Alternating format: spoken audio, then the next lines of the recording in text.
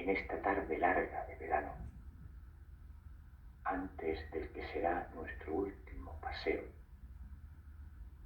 nos hemos agarrado de las manos con todas nuestras fuerzas, fluyéndote contigo para siempre.